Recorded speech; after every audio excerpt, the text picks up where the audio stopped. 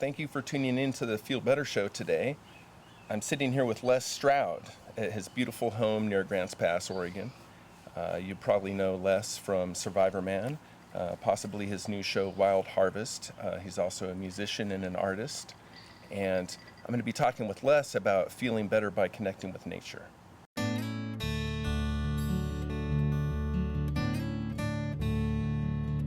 So, one of the things I've been thinking about Survivorman is how we can feel better by connecting with nature, paradoxically by putting ourselves in challenging and deliberately uncomfortable situations. And you made a career out of that. Yeah, I mean, I came by it honestly too. You know, I mean, the origination of Survivorman was specifically to teach a certain component of wilderness skills, survival, bushcrafting. But why? Facilitation. Facilitating what? Facilitating the viewer's inner confidence to get out in nature. That's it. Everything. All that Survivorman was ever to be about. It was one component of the 25 components of my life that I do that happened to be survival, but that's what it was for. They're all for how can I convince you that nature's cool, that you should be out in it, that staring at an anthill for 3 hours is awesome, that watching a cougar go across a rock face is mind-blowing. You know, that's what it was. I mean, people got really hung up in the skills of it and everything, and then it spawned an entire industry. But for me, I just wanted people to get comfortable in nature. That's what it was about. That's great. So, I've been reading scientific studies about what connection with nature does for us. And there's countless studies that show connection with nature improves our mood, it improves our physical health, our mental health, it actually improves our performance. There's studies that show exposure to nature with kids improves their behavior, it improves the social behavior of adults. It's obviously just great for us. So you've made a transition from Survivorman into Wild Harvest, which seems like it's, much more of a obviously gentle, feeling better in nature show. Will you tell me a little bit about your inspiration for Wild Harvest? Sure. And I mean, the transition, as you can imagine, most things are in life. It wasn't an overnight transition, It's going off in all sorts of different directions. There was, I'll back you up a little bit, because there was a period of time where Survivorman itself, as a business, became a business and became intrusive because it was a business, because it became successful. And success means money, and money means more people, more meetings, more contracts. And all of that served to take away from what I was originally trying to do, make this beautiful little show. And so that led me to doing Beyond Survival, which was a series where I did all these earth ceremonies. Along the way, doing Bigfoot, that was just for fun. But with Wild Harvest, what I did was I went back to the beginning. So when I was training in survival, when you're doing survival training, there's shelter building skills, there's bushcrafting, there's fire building, there's bow and arrow, hunting, trapping, fishing, signaling, all this stuff, right? And most of it has this, how do I put it, flavor of machismo, right? So the guys who get involved, like, yeah, go learn how to hunt, and do a deadfall snare and trap some pack rats and eat them, there's all that, Whereas me, in survival, I was just like, so you can eat this plant? So cool. I loved edible wild plants. First plant I ever learned was, oh gosh, I'm going to forget it now, lamb's quarters. And I just was fascinated with wild, edible, and medicinal, and cocktail making plants. And so Wild Harvest has enabled me to come right back to my beginnings and say, this is my favorite subject matter within the subject matter of survival and bush skills is wild edible plants. And long story short, with myself and Chef Paul Rogalski, who's with me on the show, we had this conversation. We should do something together. You're an amazing chef. I'm a local forager, And lo and behold, Wild Harvest is exactly that. It's the easiest thing I've ever produced, too. It takes me 2 days to shoot an entire episode. 2 days. Survivorman, including all the travel and everything, still took 3 weeks. Other shows I've been on have taken, a month, sort of thing, for one episode. 2 days to do a Wild Harvest episode. Because day one, I take you out and I show you dandelion and fireweed, And day two, I sit around and wait for Paul to feed me. That's it. Episode's done and we go home. So that was it. And once again, what is Wild Harvest doing? The same thing Survivorman did and was meant to do. It's facilitating people's confidence in being out in nature. So if I convince someone through that show that they should, even something super simple, that they should go and gather dandelion, and I teach them how to do it safely, what are they doing next? They're sitting on the ground gathering dandelion. All right, step one, I'm getting them there, I'm getting them closer. Yeah. Sure, maybe the next time, maybe the end time will be climbing the Rocky Mountains to gather some spring beauty or something like that. But right now, let's just start with some dandelion. Let me just get you back out on the grass at least. Scientific studies have also shown how singing and dancing improves our health, improves our mood, improves our performance, increases levels of anandamide and other endocannabinoids. And that's part of your career as well. You're focusing on music now, is that right? Yeah, and I mean, if you take the 30,000-foot view, if I'm going to be narcissistic enough to do that about my own life, once again, the underlying motivation, thread, passion, mission, if you will, is this connectedness to nature. So whether it's Survivorman, writing books that I've done, and my music. So the thing that's been wonderful for me about my music is that I authentically can sit down and write songs about nature without feeling like I'm doing it as a shtick, as a gimmick, as an angle. So all these days, social media. Oh, here's my angle. I'm nature guy. In fact, I can't not be nature guy.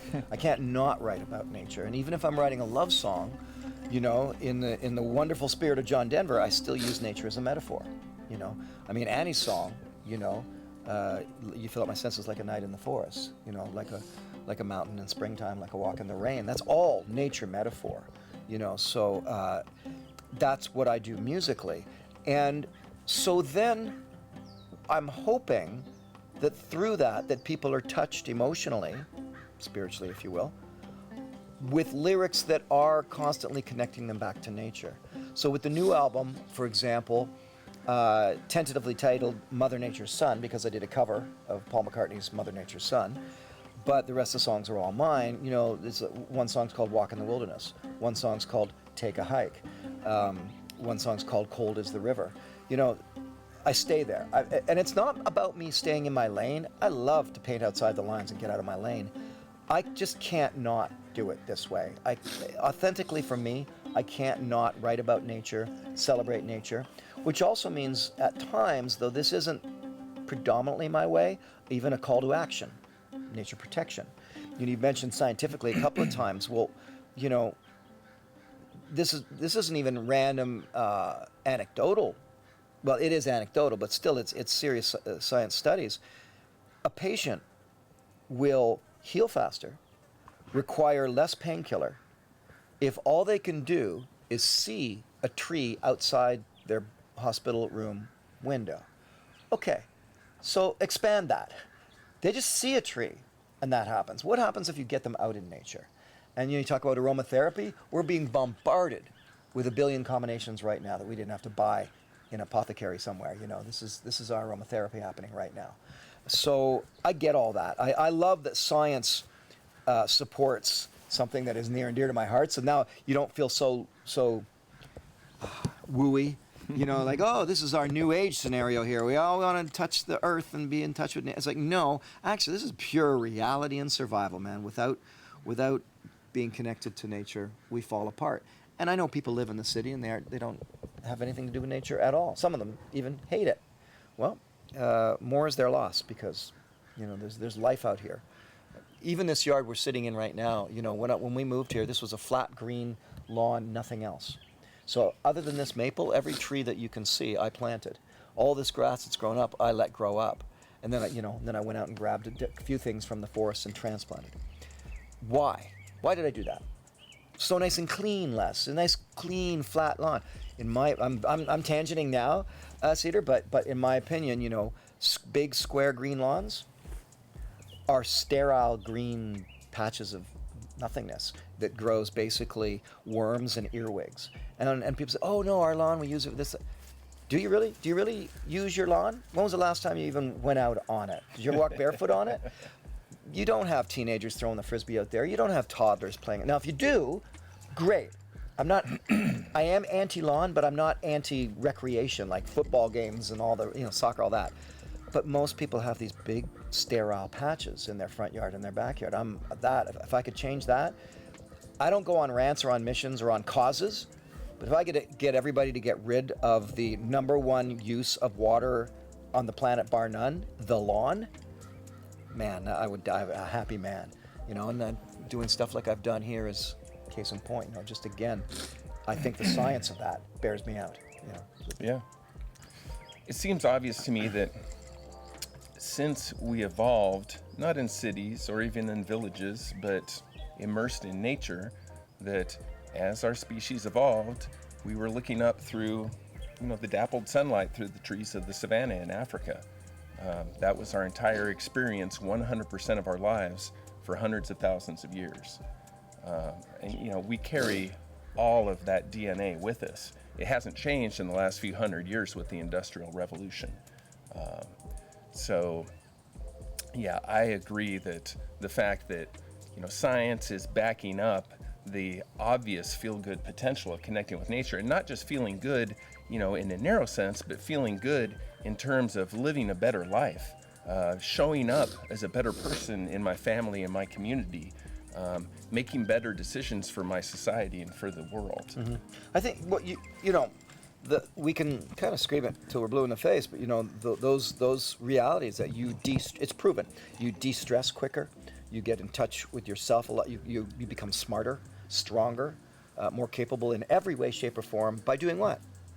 By ice climbing and rock climbing and hiking and marathon? No, by just walking in nature. Just go for a walk. And what I love about that is that whether you like it or not, nature is healing you.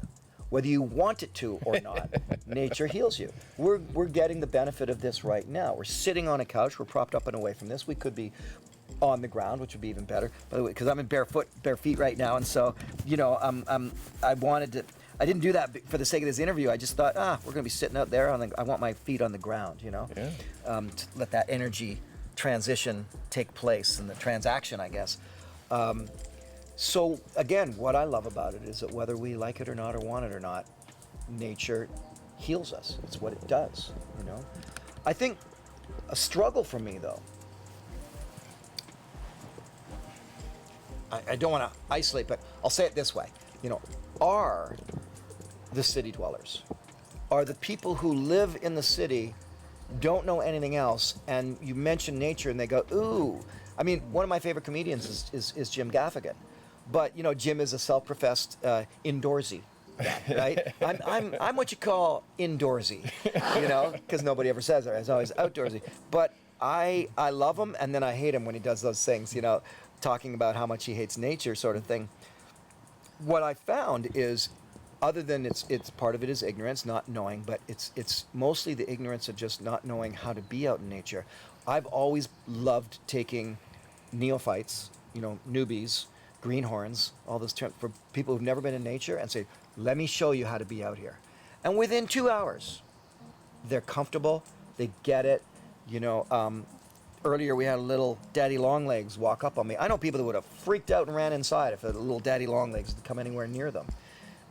That's been a bit of a specialty of mine, is taking people who don't connect with nature and kind of gently lead, and I don't mean in a condescending way, but gently lead them into nature. That's needed, It sure is. And you're a hiker.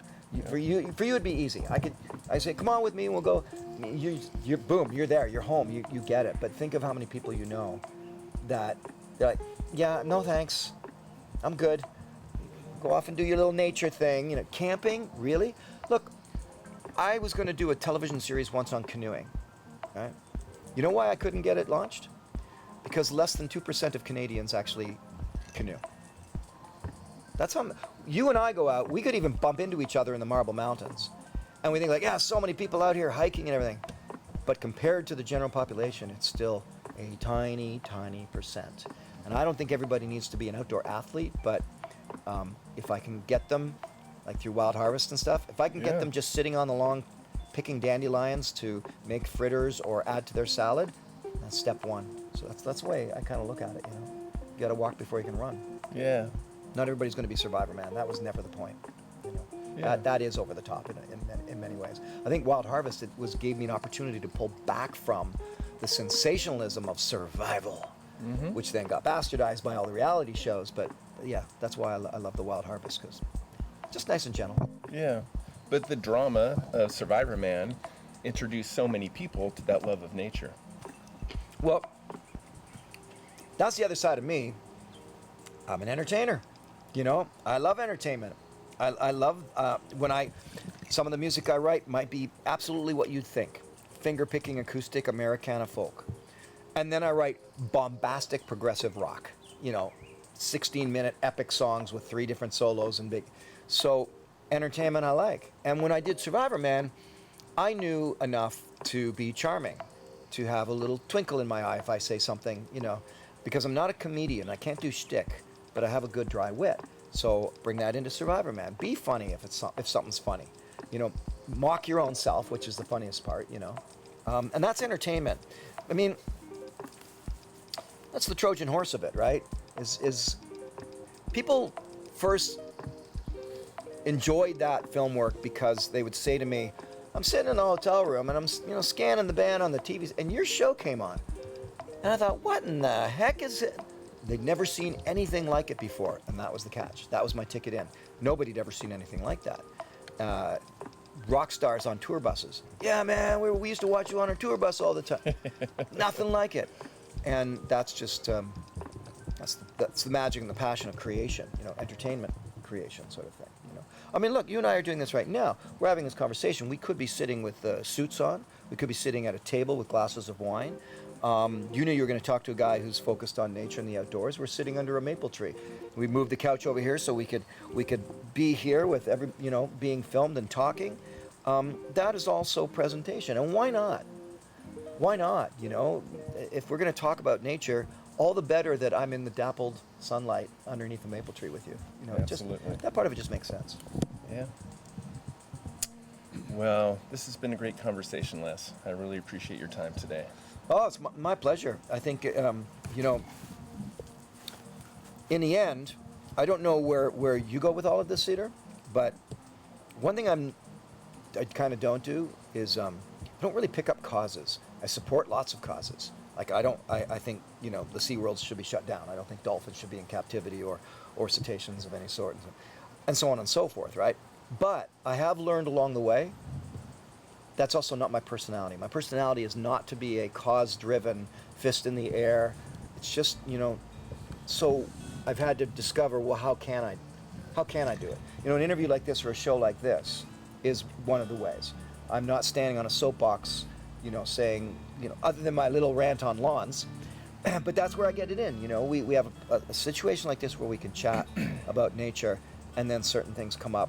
You can have a little mini rant, you know, and that's what I will always be about, I think, is you know, gently bringing people into nature, letting them know it's okay to be out here, that there's easy ways to be out here.